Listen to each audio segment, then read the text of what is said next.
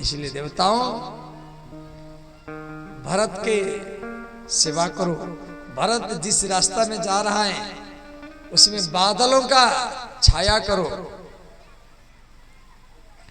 जिस रास्ता में भरत जी जा रहे हैं कंकड़ कांटा पत्थर हटाओ, फूल बारिश करो, बाधा मत डालो।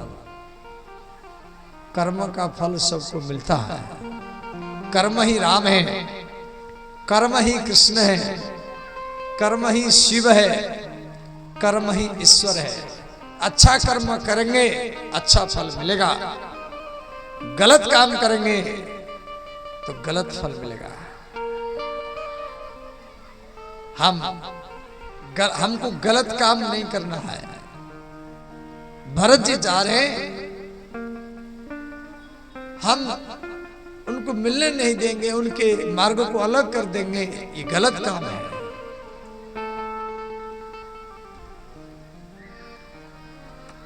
कर्म प्रधान विश्व करी राखा,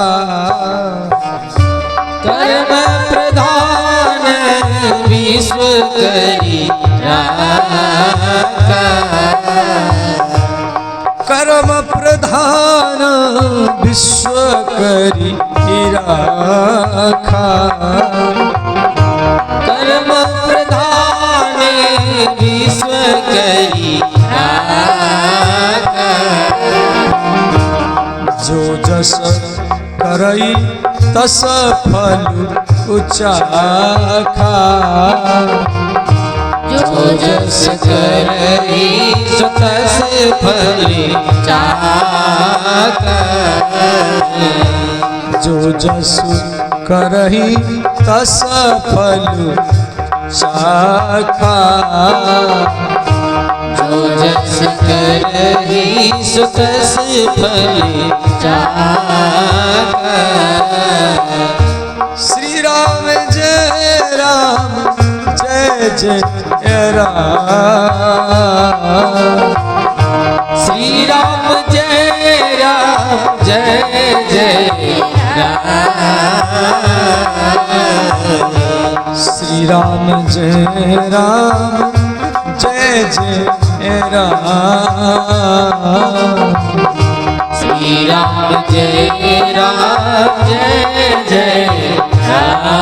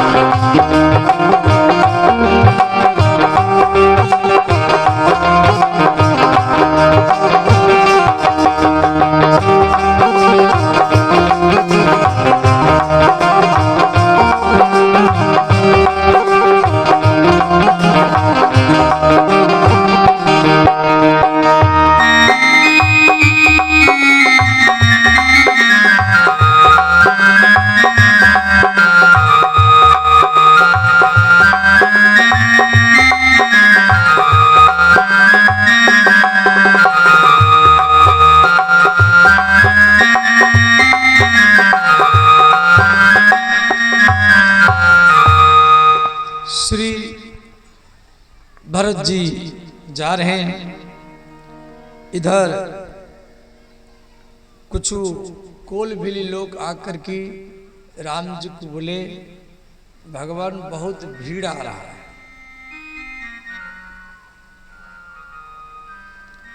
और इधर श्री लक्ष्मण जी लकड़ी लेने के लिए गए थे। लक्ष्मण जी लकड़ी लेने के लिए गए थे तो पेड़ के ऊपर चढ़ करके देख रहे हैं जे लाखों संख्या में भीड़ आ रहा है। तो लक्ष्मण जी लकड़ी को रख कर के राम के चरण में प्रणाम किए। बोले भैया भरत आ रहा है और शत्रुघ्न भी आ रहा है, परंतु उनके साथ में लाखों करोड़ों भीड़ है। कोई हाथी में, कोई घोड़ा में, कोई ऊंट में बैठा है। मालूम पड़ता है ये लड़ने के लिए आ रहा है। यदि मिलने के लिए आता 10-20 व्यक्तियों को लेके आता, और हाथी में, घोड़ा में, ऊंट में सब बैठे हैं, इतना भीड़, ये तो लड़ने के लिए आ रहा है। तो लक्ष्मण जी राम के चरण में प्रतिज्ञा यहां पर किए। लक्ष्मण जी कह रहे हैं भैया मैं आपके चरणों को स्पर्श करके प्रतिज्ञा कर रहा हूं, आज यदि भरत को स्वयं भगवान महादेव सहायता करने के लिए आएंगे तो भी मैं भरत को लड़ाई के मैदान से जीवित जाने नहीं दूंगा। जो सहायक कर शंकर आई, शंकर माने महादेव, स्वयं भगवान महादेव आकर के सहायता करे तो मारहूं रन राम दुहाई, मैं निश्चित भरत को मारूंगा। इतना कहकर कि लक्ष्मण जी थोड़ी दूर पर राम जी बैठे हैं, बगल में माता सीता बैठी है, और चित्रकूट के ऋषि मुनि चारों तरफ बैठे हैं, और लक्ष्मण जी थोड़ा दूर पर धनुष में बाण लगा करके बैठ गए। तो राम जी तो मौन रहे। सामने वाला व्यक्ति जब क्रोध करता ना तो आप मौन रहना करो। स्त्री लड़ती है तो पति को थोड़ा मौन रहना है, पति लड़ता है स्त्री को थोड़ा मौन रहना है। लड़ाई बंद। अरे कोई व्यक्ति तो 24 घंटा नहीं लड़ेगा ना।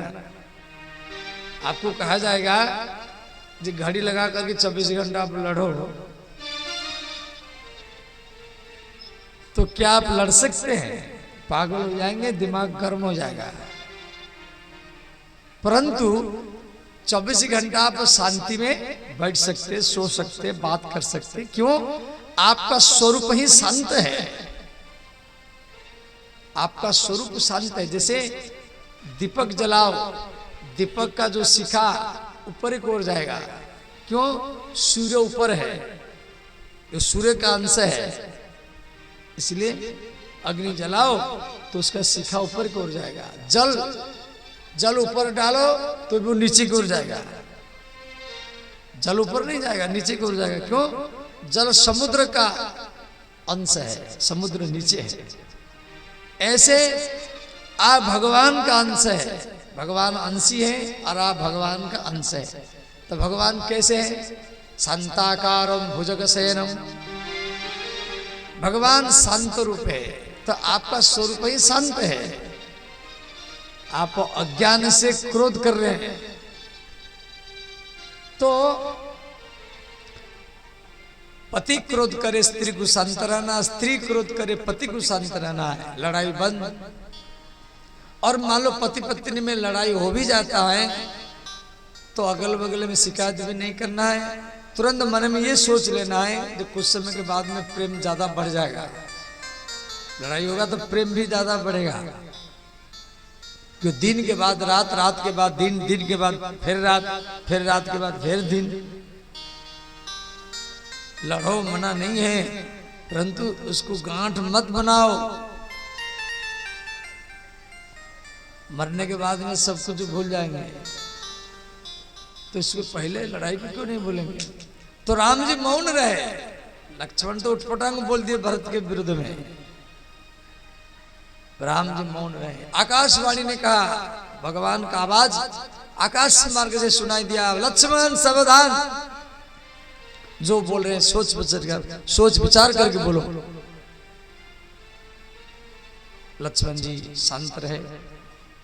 इधर निषाद राज, भरत और शत्रुघ्न, ये तीन व्यक्ति थोड़ा आगे आगे चले और अयोध्यावासी थोड़ा पीछे पीछे रहे। ये तीनों आगे आगे चले तो निषाद राज भरत को दिखाया, देखो वो है चित्रकूट कामदगिरी, जिस पहाड़ में कांतानाथ भगवान है और जिस पहाड़ में श्री राम जी विराजमान हैं, वहीं पर भगवान राम सीता रहते, ऋषि मुनियों के साथ सत्संग करते, कथा आदि होता है। और वो जितना से वो वृक्ष लेता है वो सब माता जानकी और भैया लक्ष्मण ही लगाए हैं। ये बात को निषाद राज भरत को दिखाया है।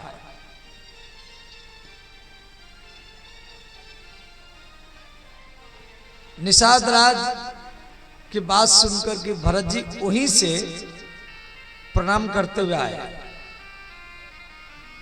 पहले तो पैदल में चल करके आ रहे थे, वहीं से प्रणाम करके आए। अब निषाद राज कह रहे हैं, हे आर्यपुत्र भरत शत्रुघ्न, ये जितना सब चित्रकूट का जितना पेड़ है ये सब माता सीता और भैया लक्ष्मण ही लगाए हैं। भरत जी देख सुनकर के अचंभा हो गए। देखो माता जानकी सीता लक्ष्मण को कहती थी कि भैया लक्ष्मण, हम चित्रकूट में पेड़ लगाएंगे और अपने हाथ में चित्रकूट को जंगल को सजाएंगे।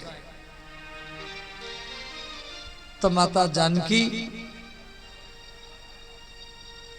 खुरपी लेकर की, खुरपी समझ जाते हैं जो किसान लोग मिट्टी खोदते हैं, तो खुरपी लेकर की और कोदाल लेकर की और मिट्टी को खोदते थे।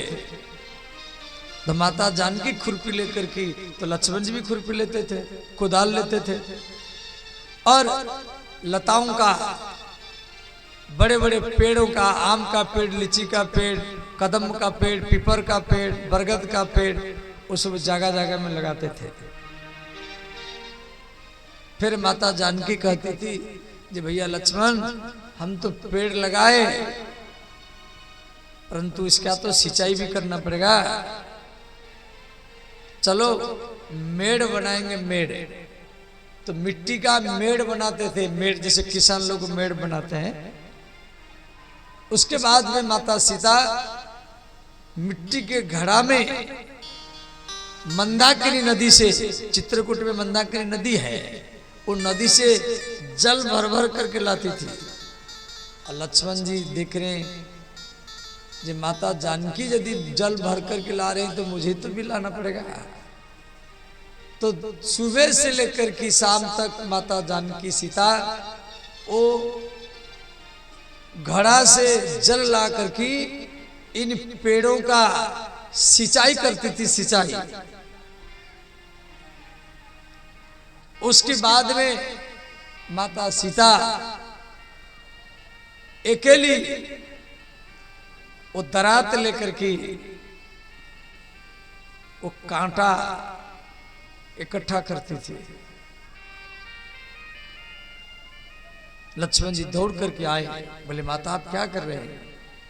तो माता सीता बोली भैया लक्ष्मण, हम पेड़ लगा दिए, सिंचाई कर दिए, कोई भैंस बकरा बकरी इसको कुचल न दे, इसके लिए तो को बाढ़ चाहिए ना, बाढ़। तो माता जानकी कांटा इकट्ठा करके अपने सिर पर उन लकड़ियों को, इन कांटा को लेकर के आती थी और एक बाड़ बनाती थी। बाड़, बाड़ समझ जाते ना, मेड़ और बाड़, और रस्सी से बांधती थी कि कोई भैंस बकरा बकरी इसको कुचल न दे। इस प्रकार अपने हाथों से संपूर्ण चित्रकूट को सजाई। जैसे वृंदावन को सो राधा रानी अपने हाथ में सजाई, वृंदावन में जितना वृक्ष लता है सो राधा के द्वारा लगाया गया है। ऐसे चित्रकूट में जितना वृक्ष लता है उस सीता माता के द्वारा लगाया गया है। गोस्वामी तुलसीदास जी इस बात को यहाँ रामचरितमानस में लिखे हैं। तुलसी तरुवर विविध सुहाए, तुलसी तरुवर विविध सुहाए। इसी पंक्ति में तुलसी नाम है। तुलसी नाम माने तुलसीदास जी यहाँ पर स्वयं आ गए। कुछ पंक्ति में तुलसीदास जी का नाम लिखा गया। तो या दूसरा अर्थ में ये भी ला सकते हैं, सीता माता तुलसी का पेड़ लगाई होगी अगल बगल में जहाँ रहती थी, तो वहाँ तुलसी का पेड़ भी लगाना व्यक्ति पसंद करता है। तुलसी का पेड़ भी लगाई और तरु बर, तरु बोलते बड़ा गच्छों को, जो बड़े बड़े गाछ है उनको तरु कहा जाता है। जैसे पीपर है, बरगद है, आम है, उनको तरु बर, बरमन श्रेष्ठ। तुलसी तरु बर विविध सुहाए, तुलसी तरुवर विविध सुहाए।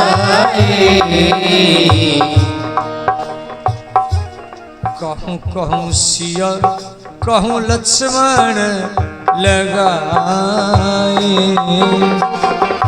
कहूँ कहूँ सिया कहूँ लक्ष्मण लगाए। कहूँ कहूँ सिया कहूँ लक्ष्मण लगाए, कहूँ कहूँ सिया कहूँ लक्ष्मण लगाए। राधे राधे गोविंद गोविंद राधे, राधे राधे गोविंद गोविंद राधे। श्री राम जय राम जय जय राम, श्री राम जय राम जय जय राम।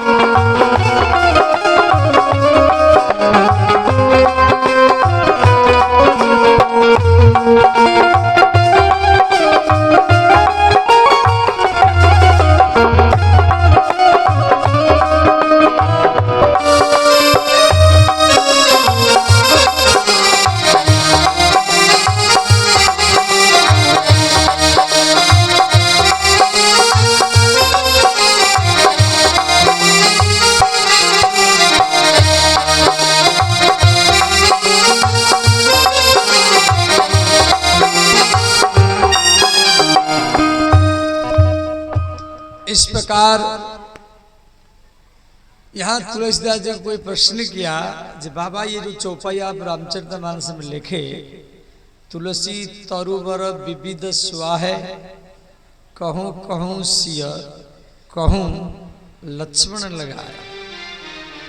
तो सीता के लिए दो बार कहूँ कहूँ शब्द आया। कहूँ कहूँ सिय, सिय माने सीता, कहूँ लक्ष्मण लगाए। ये रामचरितमानस का पंक्ति है। तो सीता के लिए दो बार कहूँ कहूँ शब्द आया, कहूँ कहूँ सिय, और लक्ष्मण के लिए एक बार कहूँ लक्ष्मण लगाए। ये क्यों लिखे? तो तुलसीदास जी बोले भैया मैं इसीलिए सीता माता के लिए दो बार कहूँ कहूँ शब्द लगाया, जो लक्ष्मण जी जितना पेड़ लगाए थे उससे 2 गुना पेड़ माता सीता लगाई थी, इसीलिए मैं 2 बार कहूँ कहूँ शब्द लगा दिया। तो माता जानकी और माता राधा जैसे वृंदावन को सजाई, ऐसे सीता माता चित्रकूट को सजाए। और हम भी अपने घर को सजाए, कम से तुलसी लगाए, फूल आदि आदि लगाए। तो यही से श्री निषाद राज आगे आगे झाड़ू लगाते थे और भरत शत्रुघ्न दोनों भाई प्रणाम करते हुए जा रहे, प्रणाम करते फिर खड़े होते, फिर प्रणाम करते, दंड प्रणाम करते जा रहे हैं। लेट करके प्रणाम करते थे, फिर खड़े होते थे, फिर लेट के प्रणाम करते थे, फिर खड़े होते थे, फिर लेट के प्रणाम करते थे। और निषाद राज आगे आगे झाड़ू लगाते हुए जा रहे हैं। प्रत्येक प्रणाम में हा राम, हे नाथ, इस प्रकार बोलते हुए भरत जी चित्रकूट में पहुंच गए। राम और सीता बैठे, बहुत बड़ा पत्थर है, पत्थर में राम और माता जानकी बैठे हैं। चित्रकूट के ऋषि मुनि भी चारों तरफ बैठे और भरत वहां पर पहुंच गए। पाहि नाथ कही पाहि गोसाई, भूतल पड़े लकुट की नाही। पाहि नाथ कही पाहि गोसाई, भूतल परे लकुट की नाई। भरत जी यहाँ पर राम जी के चरण में गिरे। कैसे गिरे? ना लकुट की नाई, लकुट समझ जाते, लकुट माने लकड़ी, लकुट शब्द का अर्थ लकड़ी। ये लकड़ी का है, तो लकड़ी को खड़ा करो, लकड़ी खड़ी नहीं होगी, वो गिर जाएगी। लकड़ी झुकेगी नहीं, वो सीधा गिरेगी। तो राम जी बैठे हैं, बगल में माता सीता बैठे वाम भाग में। तो भरत जी हाथ जोड़ करके पाहि नाथ कही पाहि गोसाई, भूतल परे लकुट की नाई। देखो, आप किसी को लेट के प्रणाम करते हैं, लेट के प्रणाम करते तो कैसे करते हैं? पहले खड़े होंगे, फिर उसके बाद में झुकेंगे, फिर उसके बाद में बैठेंगे, फिर उसके बाद में ऐसे लंबा लेटेंगे। कभी सिंहेश्वर में या देवघर में से प्रणाम किए होंगे, लेट करके प्रणाम किए, तो कैसे करते हैं? खड़े होंगे, झुकेंगे, बैठेंगे, लंबा लेटेंगे, ऐसे करते हैं। भरत जी ऐसे नहीं किए। भरत जी खड़े हुई अवस्था से गिर गए, झुके नहीं, बैठे भी नहीं, सीधा गिरे। पाहि नाथ कही पाहि गोसाई, भूतल परे लकुट की नाई। अब कोई खड़े हुई अवस्था से गिरेगा तो आवाज होगा ना, आवाज होगा। राम जी बैठे, भरत जी गिर गए, परंतु राम जी भरत को उठाने के लिए नहीं गए। राम जी भरत को उठाने के लिए नहीं गए। माता सीता ने विचार की, जब भैया भरत गिरे हुए हैं और मेरे पति उठा नहीं रहे, मेरा भी अधिकार है, मैं भी उठा सकती हूं। तो माता जानकी खड़ी हो गई भरत को उठाने के लिए, परंतु श्री राम जी सीता के हाथ को पकड़ रखे। राम के वाम भाग में सीता बैठी है, तो इसलिए राम जी सीता के हाथ पकड़ रखे हैं। सीता माता 2 बार खड़ी हो गई भरत को उठाने के लिए।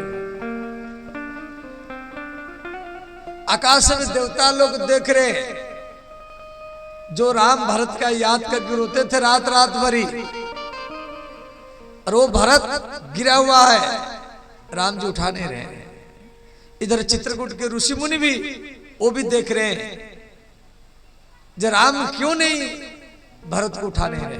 और भरत जी सोच रहे हैं मैं कुछ गलती किया जिस कारण मेरे भैया मुझे उठा नहीं रहा, परंतु भैया जब तक उठाएंगे नहीं तो हम तब तक ऐसे गिरे रहेंगे, ऐसे पड़े रहेंगे, उठेंगे नहीं। भरत जी भी ऐसे गिरे रहे। देवता लोग घबरा गए, ऋषि मुनि घबरा गए। राम जी का हृदय तो रो रहा है जी, मैं भैया भरत को उठा नहीं रहा, मेरे भैया मेरे सामने गिरा हुआ है और मैं विलंब कर रहा हूं, ये मेरे लिए ठीक नहीं है। परंतु यहां राम जी भरत को उठा नहीं पा रहे हैं। क्यों? श्री राम जी लक्ष्मण को देख रहे हैं। जो लक्ष्मण भैया भरत का निंदा किया, जो सहाय कर शंकर आई, मारहूं रन राम दुहाई। लक्ष्मण जी प्रतिज्ञा किए थे कि भरत को स्वयं महादेव आकर की सहायता करे तो भी मैं भरत को जीवित जाने नहीं दूंगा। तो राम जी लक्ष्मण को देख रहे हैं कि लक्ष्मण भरत का निंदा किया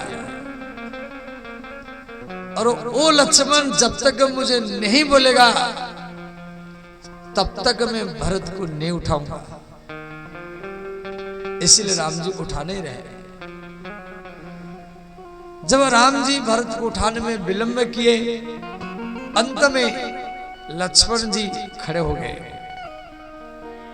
और आकर के राम जी के चरण में प्रणाम किए और बोले, भैया भरत भैया आपके सामने गिरा हुआ है और आप उठा नहीं रहे। तुरंत राम जी खड़े हो गए। तुरंत तुलसीदास जी लिखे हैं, उठी राम सुनी प्रेम अधीरा।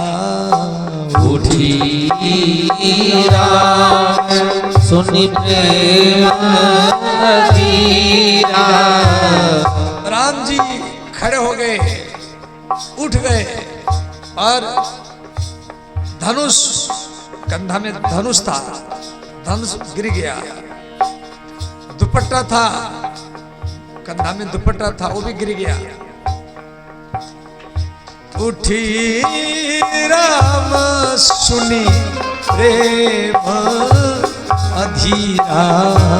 उठी राम सुनी प्रेम अधीरा। कहूँ पट कहूँ नी खंग धनु तीरा। कहूँ पट कहूँ नी खंग धनु तीरा।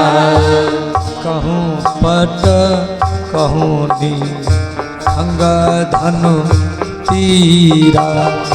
कहूँ पट कहूँ नी खंग धनु तीरा। श्री कहूँ पट, पट वस्त्र भी गिर गया, धनुष भी गिर गया। राम जी दौड़ करके आए तो पत्थर के ऊपर बैठे थे। जैसे कोई बालक बेहोश गिरा हुआ है, उसकी माँ आती है, उसको उठाती हैं, ऐसे ही श्री राम जी भरत को उठाए, उठा करके अपने हृदय में, छाती में ऐसे चिपकाए, भर करके आलिंगन किए और राम जी भरत की कपल को, होठ को बार बार चुमने लगे, भरत के केस को सूंघने लगे और भगवान राम के मन में ये पीड़ा है, मैं अपने भैया को उठाने में विलंब किया, मेरे भैया क्या सोचा होगा। उठी राम सुनि प्रेम अधीरा। कहूँ पट कहूँ निखंग धनु तीरा। श्री राम जी भूल गए जब भरत मेरे भैया है। वो बार बार मुख चुमने लगे और अपनी आंसुओं से भरत को भिगा दिए, आंसुओं से स्नान करा दिए, नवा दिए।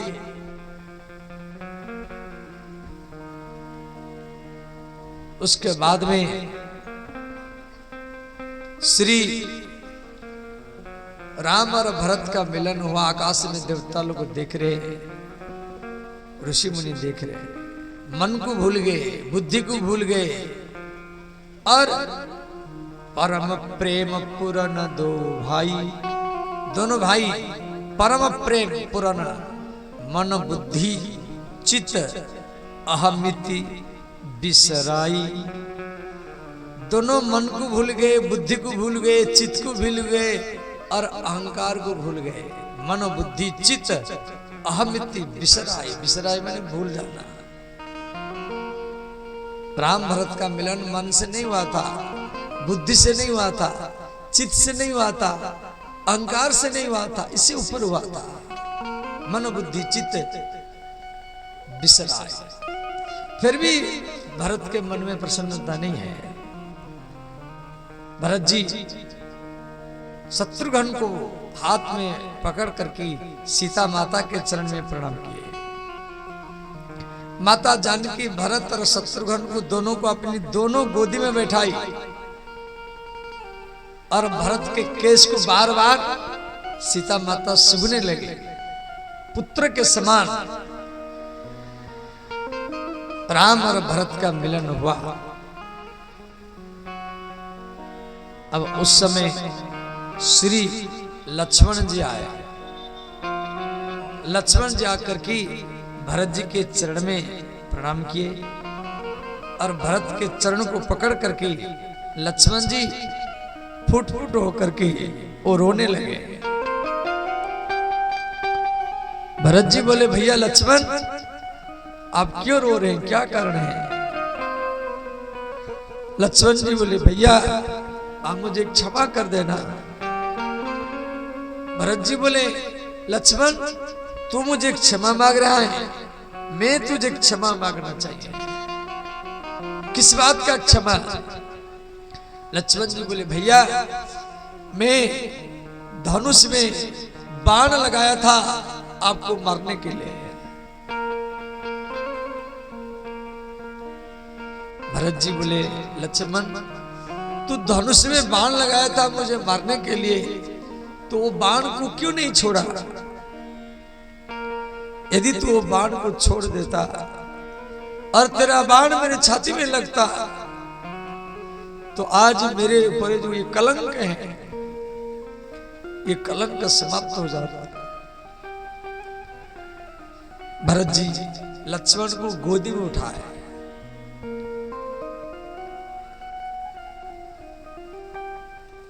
भरत जी लक्ष्मण को लेकर के रोने लगे। भरत जी को मालूम पड़ा जे मेरे भैया लक्ष्मण जंगल में नहीं खाता है, ये खाता नहीं है और ये सोता भी नहीं है। दिन रात धनुष बाण लेकर के बड़े भैया राम के चारों तरफ पहरा लगाता है, दिन भर भिक्षा लाता है, भैया को खिलाता है और रात में नींद को भी छोड़ दिया है। इस प्रकार राम लक्ष्मण भरत शत्रुघ्न का मिलन हुआ। श्री भरत जी बोले राम जी को, जी भैया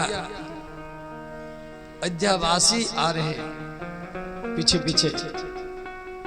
तो राम जी सीता के पास श्री शत्रुघ्न को बैठा है, शत्रुघ्न को सीता के पास बैठाए और राम भरत और लक्ष्मण और निषाद राज ये चार व्यक्ति पहाड़ के ऊपर से नीचे उतरे। वहां कामदगिरी है जहां राम भरत का मिलन हुआ था, आप जाके दर्शन करना। जिस पत्थर में राम और भरत का मिलन हुआ था, दोनों भाई आपस में मिले थे, वो पत्थर भी पिघल गया, वो पत्थर पिघल गया। राम का प्रेम, भरत का प्रेम में वो पत्थर भी पिघल गया और राम का चरण और भरत का चरण उसमें धस गया, जैसे कीचड़ में।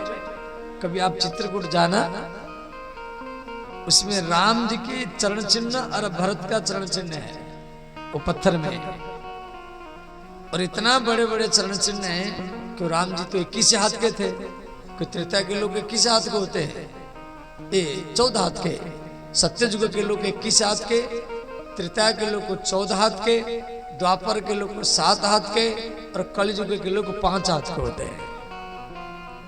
तो इसलिए राम जी के बड़े बड़े पैर चरण चिन्ह है, और भरत का चरण चिन्ह अभी भी उस शिला में, वो पत्थर में चिन्हित है।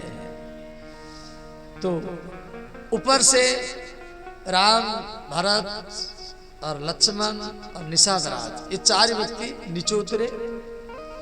इधर जितना विद्यावासी घोड़ा के ऊपर, हाथी के ऊपर, रथ के ऊपर बैठे थे, सब उतर करके राम जी को और भागे। तो राम जी आ रहे ऊपर से, तो सबके मन में अलग अलग सोचे। वशिष्ठ जी के मन में सोचे, मैं अयोध्या का कुल गुरु हूं, तो राम पहले मेरे पास आएंगे। कौशल्या के मन में सोचे, मैं राम की मां हूं, राम पहले मेरे पास आएंगे। सुमित्रा के अंदर में सोचे, मैं लक्ष्मण को भेजा हूं, तो राम जी पहले मेरे पास आएंगे। जितना मित्र थे राम जी के मित्र, वो भी सोचे राम हमारा मित्र है, तो राम पहले हमारे पास आएंगे। सबके अंदर में अलग अलग सोचे, और होना भी चाहिए, क्यों राम तो सबको प्रिय है। सब रथ से उतर करके भाग रहे हैं, परंतु माता कैकेयी के मन में एक आत्मग्लानि है, सोच है। सब आगे भाग रहे हैं, कैकेयी माता रथ से उतर करके रथ के पहिया के पास खड़ी है। सब राम जी को और भाग रहे। कैकेयी माता सोच रही, मैं कैसे जाऊं, अयोध्यावासी क्या सोचेंगे। इसीलिए कैकेयी माता रथ से तो उतर गई, परंतु आगे नहीं गई, वो पहिया के पास खड़ी रही। तो राम का नजर केवल कैकेयी माता के ऊपर है। जब मेरे माता कैकेयी वो रथ के पहिया के पास खड़ी होकर के मुझे देख देख करके रो रहे, तो राम जी सीधा कैकेयी माता के पास पहला गए। राम जी पहले कैकेयी माता के पास आ रहे। तुलसीदास जी लिखे हैं, प्रथम, या प्रथम शब्द आया। वशिष्ठ जी के पास नहीं गए, कौशल्या के पास भी पहले नहीं गए। प्रथम राम भेटी कैकेयी, प्रथम राम भेटी कैकेयी, प्रथम राम भेटी कैकेयी, प्रथम राम भेटी कैकेयी, सरल सुभाय भक्ति मति भेई, सरल सुभाय भक्ति मति भेई, प्रथम राम भेटी कैकेयी, प्रथम राम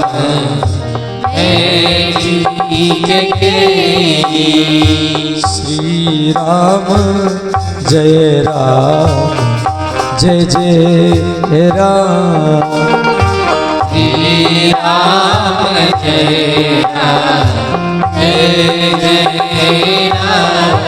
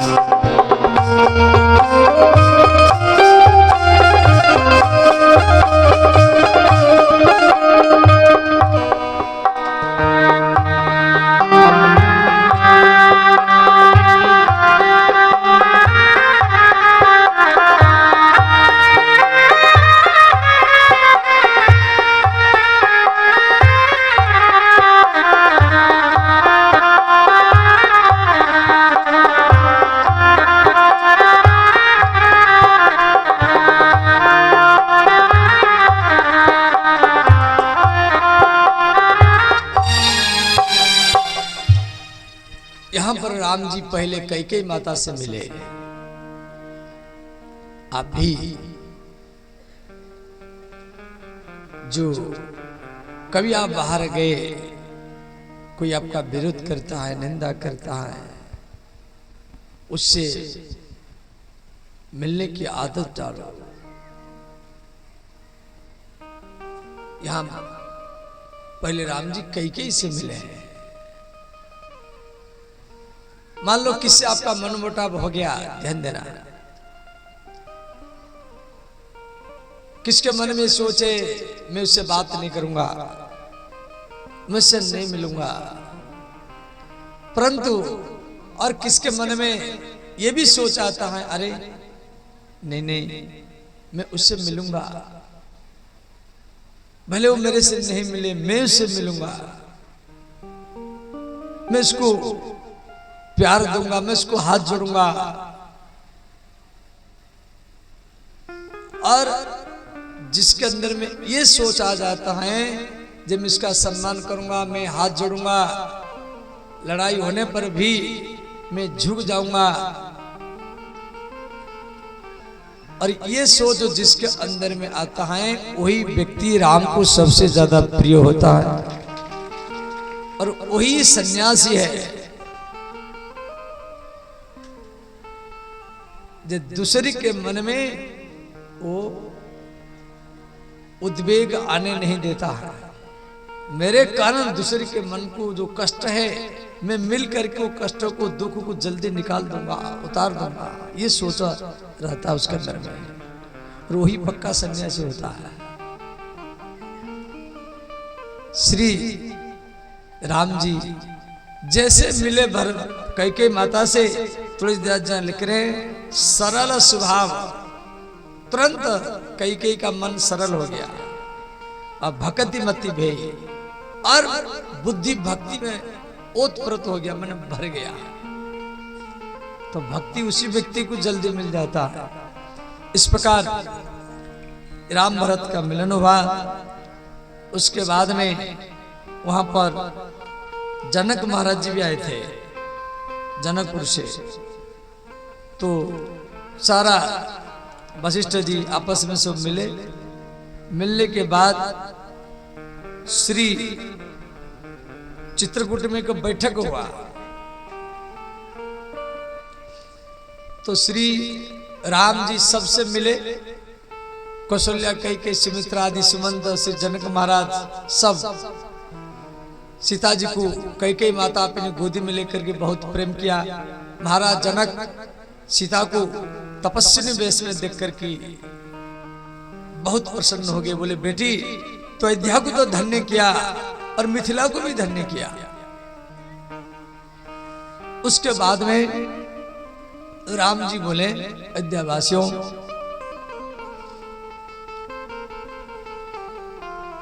मैं सबको दर्शन कर रहा हूं, परंतु मेरे पिताजी कहां हैं? ये बात को सुनकर के सारा अयोध्यावासी रोने लगे। तुरंत भरत जी खड़े होकर के बोले, भैया पिताजी अब नहीं रहे, वो स्वर्ग जा चुके हैं। भगवान राम महाराज दशरथ के मृत्यु को जब सुने तुरंत उदास हो गए। तो राम जी उसी दिन को उस सूतक माने शास्त्र में दिया गया है, यदि बेटा विदेश में हो और घर में किसका मृत्यु हुआ, माता का हो या पिता का मृत्यु हुआ, बेटा को मालूम नहीं है, तो जिस दिन पुत्र को मालूम पड़ जाए, भले 1 महीना के बाद 2 महीना के बाद, जिस दिन मालूम पड़ जाए मेरे पिता का मृत्यु हो गया या मेरे माँ का मृत्यु हो गया या मेरे भाई का मृत्यु हो गया, जिस दिन उसको मालूम पड़ जाए उसी दिन को उस सूतक माने। तो यह राम जी को आज ही मालूम पड़ा पिताजी का मृत्यु है, हो गया है। भरत जी बताए तो श्री राम जी और माता जानकी उस दिन भूखे रहे, अयोध्यावासी भूखे रहे। तो मंदाकिनी नदी में भगवान राम और सीता जल में खड़े होकर के पिंडदान किए। चित्रकूट में मंदाकिनी नदी है। पिता को जब मालूम पड़ जाए, पुत्र को मालूम पड़ जाए, उसी दिन वो पिंडदान देना भी चाहिए।